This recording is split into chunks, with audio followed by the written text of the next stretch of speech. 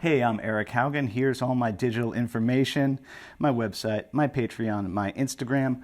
Like and subscribe to my channel if it's helpful to you. Today, we're going to talk about analyzing songs in minor keys, which I think this is the 4th episode in my attempt to as linearly as possible, talk about music theory in the way that I actually use it, to just kind of, let's not worry about other stuff. So, to quickly review stuff that was covered in the other one, things you need to know, notes on your strings. All the notes are 2 frets apart, except for E and F and B and C, which are right next to each other. Other things you need to know if you don't know yet, a standard 1-octave major scale, standard 1-octave minor scale.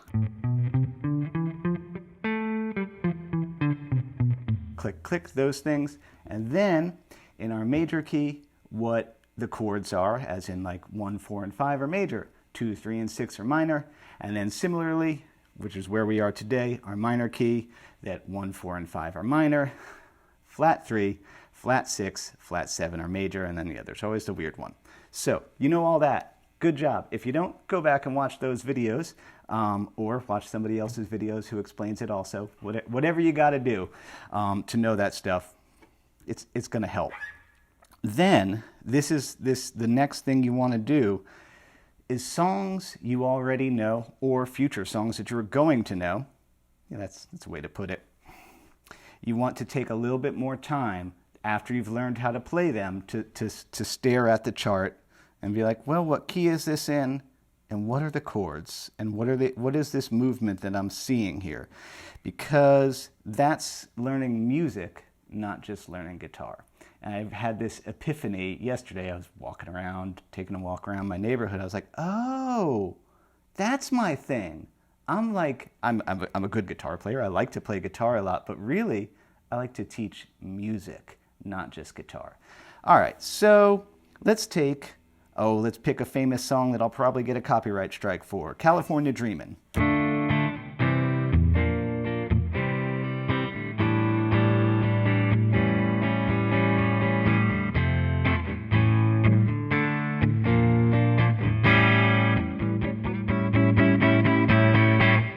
What a great chord progression. I think it's an 8-bar chord progression. So let's look at it. You got a D minor, C, B flat, C, I love this, A7 sus4, and then even cooler, F, A7, D minor, B flat, and then they're going to hang on the A7, no sus4. And I went up to that voicing there. So say you've learned that song, which that's a killer. It's a very unique chord progression, actually. You don't see it too much. Then what you would do is you would have to analyze it. So I'm looking at that, and I'm seeing D minor and A7. And again, so for me, I'm always looking for 1s and 5s, 1, 4s and 5s, because that's how we're going to be able to spot, that's what you look for first. So I'd be like, all right, probably this is in D minor. And just so you know, I've said this in other videos, 9 times out of 10 in classic rock, alt rock, blues, anything other than fancy jazz or progressive metal, the first chord is more likely than not a good place to start to assume that the song is in that key. So we'll be like, all right, well, D minor. All right. So then what my brain does is I know all my chords in the key of D minor, click, they go up there. And then I'm like, all right, well, that's a 1. C is flat 7. B flat is flat 6, flat 7. Oh, and then the 5, sus4. So there's a couple of things to talk about now. I call these things flat 7 and flat 6 because I went to Berkeley Jazz School. Other people might call them something else. So the reason we do that is because that's the distance from the root. Because in major keys, you have a 6 and a 7, intervallically. Ugh, I hate words like that. Like, in D major, there's 7, there's 6. And so I like to make sure that it's very separate, that like when I'm analyzing minor, I'm going to be like, well, this is a flat 7 away, and that's a flat 6 away from the root. Or, you know, I guess if you're looking at it this way, flat 7, flat 6.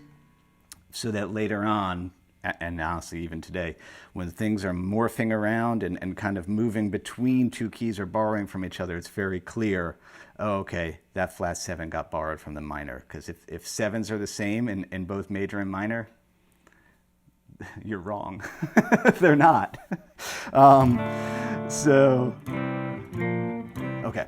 The other thing that's going on, the first thing we're seeing here that's interesting, A7 sus4, A7. Now, you know, in pure natural minor, that 5 chord should be A minor, because that's how it works out with using the actual notes that are in the key and building chords out. Let's hear what that sounds like if it's A minor. It won't be bad, it just won't be as dramatic.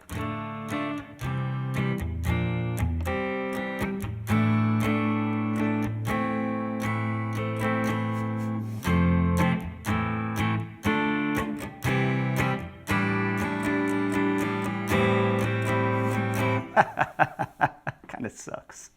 And that's really just because our ear was used to the other way that it was. So there's the first thing that we're spotting, is that in minor keys, it's very common. I talked about this actually the last time I wore this outfit and used this amp. This puts us in harmonic minor, which is when you have a dramatic 5 chord that's actually a major chord. Because, just so you know, that has a special note in it that pushes back. I really want to go back to the D. Oh, and we're in D minor, the saddest of all keys. Nigel Tufnell.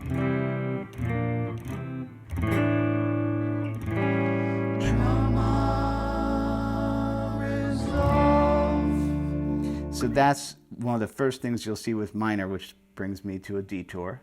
Sorry. Minor keys inherently, I think why I like them more and a lot of people like them more, is they're inherently flexible, much more than major keys are. They feel more open, more introspective, more contemplative. Do this exercise. Close your eyes. What color do you see? Black.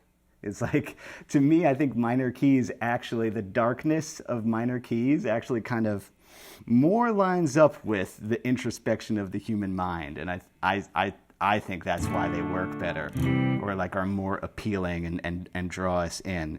And yeah, they're flexible, dramatic. You could say spooky or sad, but at this point I'm like, I don't even know, man. I think that's just the way it is. Like,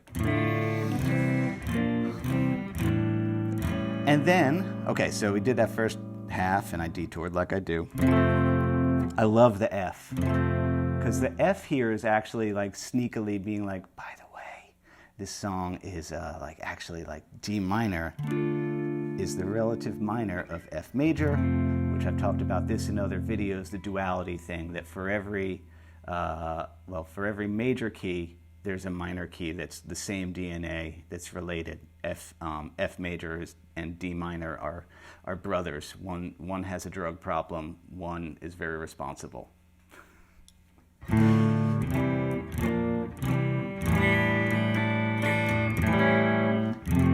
But we'll say that it's staying in D minor. F is, you know, we'll say that's in D minor, that's flat 3. There's that 5 again, major, 1, and then, yeah, sorry, B flat 6, and then hangs on the 5. That's the whole jam. And yeah, great song. Let's do another one. Yeah, well, okay. Which one do I want to talk about? Okay, I got some songs down at my feet that I'm looking at. Should I stay in D minor? No, let's just look at, for no reason, Cranberry's Zombie, because Cranberry's an underrated band. They got some good records other than, well, I'm about to play Zombie.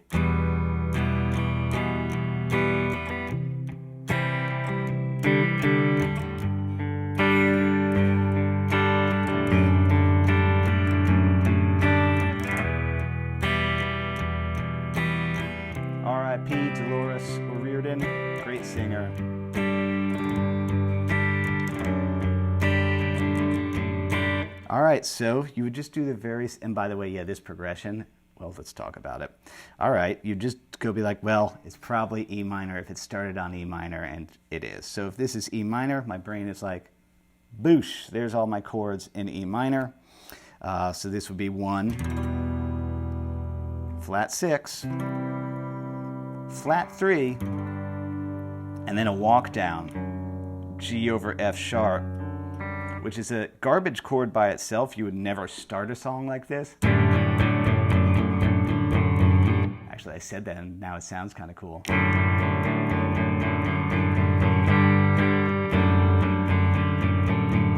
But in a walk down,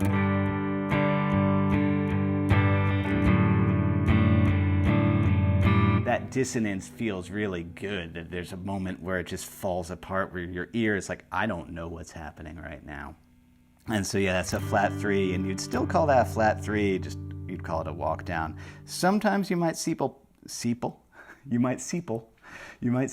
play this as a D over F sharp. That's a common one to switch it out for. The Highway to Hell chord, 2-0-0-1-2, because that's a D chord with an F sharp on the bomb. They're damn close. Or, well, I can't say Highway to Hell without playing it. I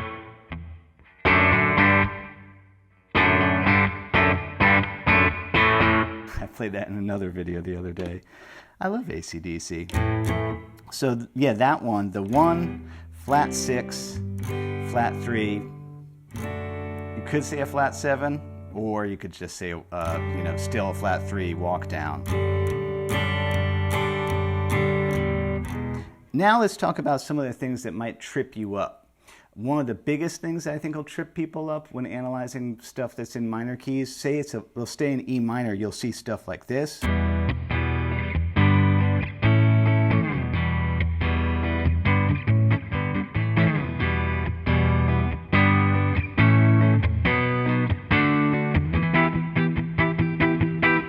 Bluesy things will have, that was E minor with a flat 3 and then A major.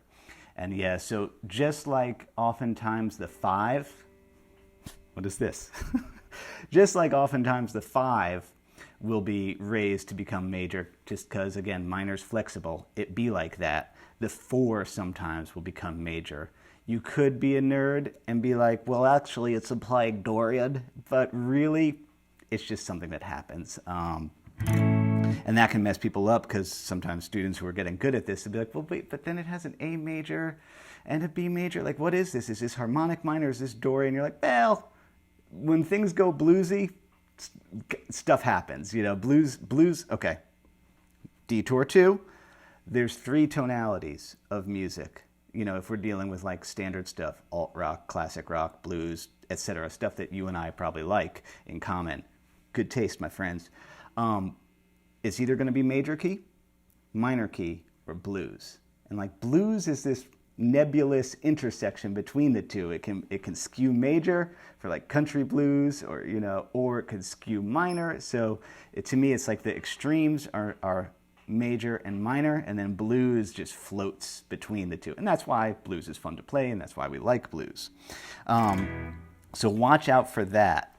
How am I doing on time? Well, this is actually, okay, I don't need to go any further then. This is just really a reminder to do this step, to not just learn a song, eat it, digest it, poop it out, and then go on to the next one. Take a little longer to spend a little more time to really try and understand it, because this is that thing that I said earlier, that this is learning music, not just learning guitar, which it's crazy. I think about that a lot, because that's why you see me do arrangements on my channel. Because for me, it's like I like songs, I like music, I like orchestration, and the guitar just happens to be, for me, the easiest access point into that. But I don't work too hard on hot licks and things like that. I'm just more interested in music and chords and melody and structure and things like that. And did I say everything? Probably not. Like and subscribe. Help me out on Patreon if you can. I don't put ads on my channel because I hate them. If you see any ads on my channel, it was put there by the publishing robot, and that money goes to the artist of whatever I mentioned. So hey, I got no problem with that. But that means I make my living by teaching people guitar lessons who sign up on my website, selling my PDF downloads, or people who support me on Patreon. Thank you so much for all of you who do and who click on my videos and tell people about this guy, this YouTube guy that they know about. I'll leave it at that. Have a good one.